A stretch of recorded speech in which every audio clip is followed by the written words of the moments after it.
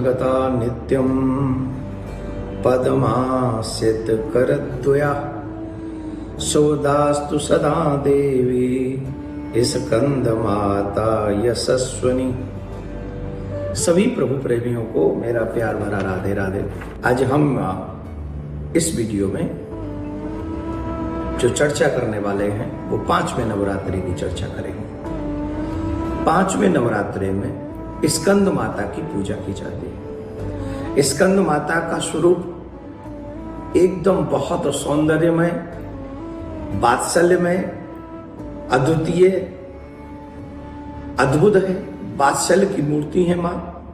मान्यता के अनुसार संतान प्राप्ति हेतु मां स्कंद माता की पूजा की जाती है। इस वीडियो को ध्यान से सुनना। जिन गृहस्थियों के घर में संतान नहीं है उन लोगों को भी स्कंद माता की पूजा मन क्रम वचन से करनी चाहिए, निष्ठा से करनी चाहिए, क्योंकि वो वात्सल्य की मूर्ति है। वो संतान प्राप्त करा सकती हैं, वरदान दे सकती हैं। पहाड़ों पर रहकर संसारिक जीवों की नव चेतना का निर्माण करने वाली स्कंद माता हैं।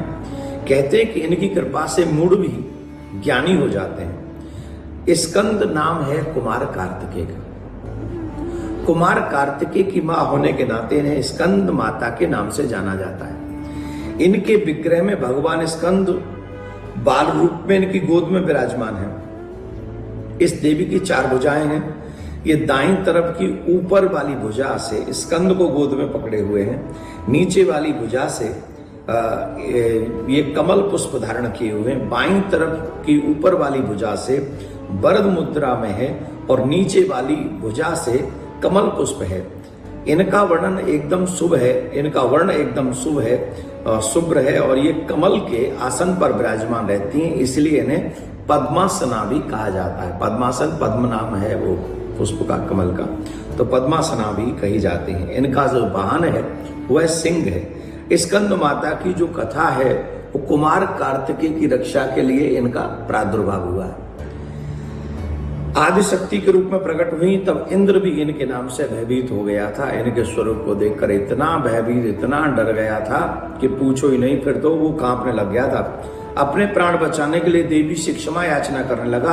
कुमार कार्तिकेय का एक नाम स्कंद भी है, इसलिए माता इनको स्कंद माता भी कहते हैं। इंद्र देवताओं सहित स्कंद माता के नाम से देवी की स्तुति करने लगा और उनके इसी रूप की पूजा किया। इस समय से ही देवी अपने 5वें स्वरूप में है और तभी से इनकी पूजा की जाती है।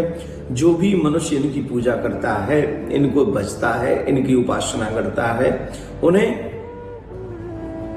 ज्ञान की प्राप्ति होती है, अतुल बल की प्राप्ति होती है, शत्रुओं के ऊपर विजय प्राप्त करने का अवसर प्राप्त होता है।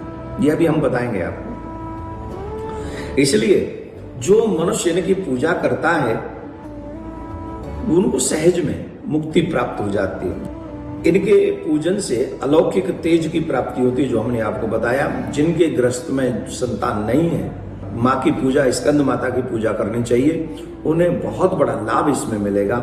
स्कंद माता को जो भोग लगाना चाहिए वो केले का भोग लगाना चाहिए। स्कंद माता को केले का भोग बहुत पसंद है, इसलिए उनको भोग लगाना चाहिए। स्कंद माता को लाल रंग के ही फूल अर्पण करने चाहिए।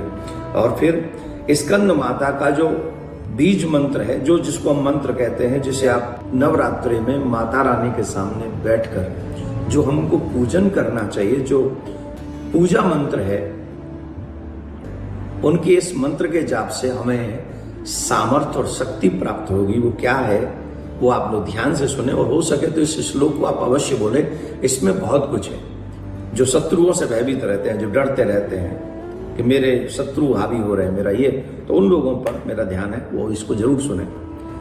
महावले महोत्साहे महाभय विनाशिनी त्राहि मां स्कंद माते शत्रु नाम भयवर्धनी। हे मां, हम आपकी शरण में हैं। आप हमारे मन के भय को दूर कीजिए। हम आपकी शरणागत हैं स्कंद माता। आप हमारे उस भय को समाप्त करें जो भय हमें शत्रुओं ने दे रखा है। हमें आप उस भय से मुक्त कर दें, जिससे, क्योंकि शत्रु संसार में आप कुछ भी न करो तो भी कई लोगों के शत्रु होते हैं। मां स्कंद माता की पूजा करने से कार्यों में सफलता प्राप्त होती है। यदि शत्रुओं पर विजय भी प्राप्त करना चाहते हैं तो इस मंत्र का और इस व्रत का पूजन कर रहे हैं तो आपको निश्चित 5वें दिन की देवी की पूजा करने के बाद आपके शत्रुओं पर आपकी विजय प्राप्त होगी। इस श्लोक का